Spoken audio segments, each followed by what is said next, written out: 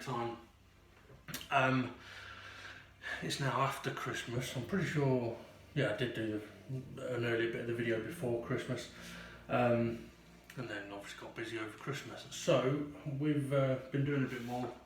Managed to get the glue off these now. And we've given them a bit of a power sanding and then a sort of fine sanding. Literally I've gone from 380 grit to 2,500 grit. And if you can hear music, don't worry. It's what's the word? I think it's promotional. I don't mean promotional or influential. It's music gets pumped up, get good. So anyway, yeah. So I've sanded these down as much as these bits are going to be sanded down. I do need to now, well not right now because I'm going to take a break, but I do need to move on to the rest of the chair. I'm still not 100% certain which sequence I'm going to be going for with putting the chair back together. But what I want to do is try and get the rest of the chair sanded down, and once I've done that, hopefully I will have made up my mind. There's a couple of loose bits on the chair that I want to sort out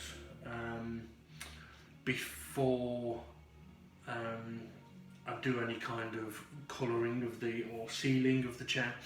So I want to get it sanded down, get those loose bits sorted out, and then decide how we're finishing it off, because there's two ways. One is I deal with these pieces as they are now, or I go for putting the chair back together, make sure everything's sealed, everything's glued together, and then put a finish on it once it's all in one. Now there's benefits and negatives to both. So the benefit of doing this loose is I can do all of it dead easy, but actually a negative is I can only do one half of it and then I've got to wait, and then I can turn around and do the other half of it. Whereas if it's in the chair already, then it's fixed in sort of the upright position, and I could just do all of it at the same time apart from the ends. But then the ends aren't going to be seen and they weren't really treated anyway, so I'm kind of, yeah, in that frame of mind of perhaps just putting it together. I am potentially going to have a bit of a clean in here, but also given how far these may or may not go in, so I'll find out. See, I don't think I'm not entirely sure that that's the full depth.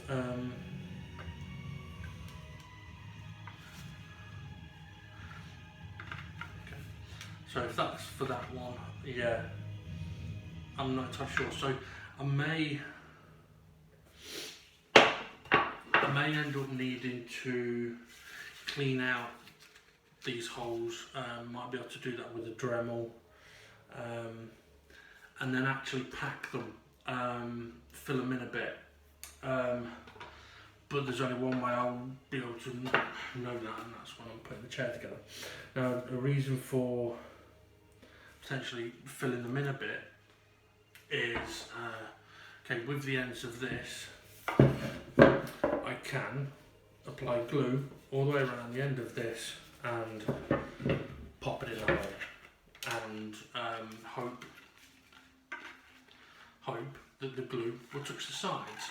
But if you look, there's gaps, so there's chances are that the glue is not going to touch the sides. Now I'm already contemplating using a bit of packing, which basically means put the camera down. Okay, so put this in, put some pressure on it that way, so the gap is here, and then basically we knock in a piece of wood into that gap, and then that's why it's called a packer, because it packs the gap.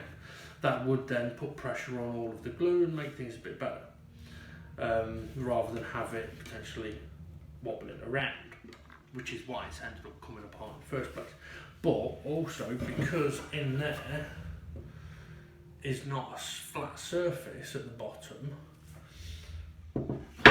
basically any glue on the end is irrelevant, and even if I pump that full of glue, it's not really going to connect. Whereas if I can sort of pack the bottom and maybe sort of try and get a bit more of a level situation, it will make it better. How I do that, I haven't got a fucking clue. Yeah, I really don't know. I mean, I've got plenty of scrap bits of wood. Oh, what about just sticking a load of sawdust down there?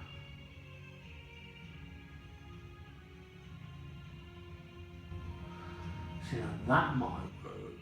Or sawdust mixed into glue. That might work.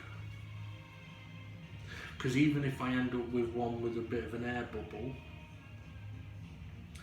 it will still give me a better surface to work with than two big fuck off holes. That might be the way I have to go about that. I'll have a think about it. But anyway, right. So, as I mentioned, these bits are ready for their next phase. And I am sort of leaning a bit more towards having the chair built, put back together completely, and then do a finish on it. And one of the reasons for that is just that I will be able to pretty much put the finish on every bit at the same time. I will not have to wait for bits being turned over or anything like that. So even with this piece, if I do it as it is, I've got to wait while one half dries. Whereas if I do it while it's on the chair, I can do all of it. So I do think that'll be the way it'll end up going. But as I mentioned, for now I'm going to take a break. And then on the next bit, we'll be trying to sort out the rest of the chair. Right, let's carry on.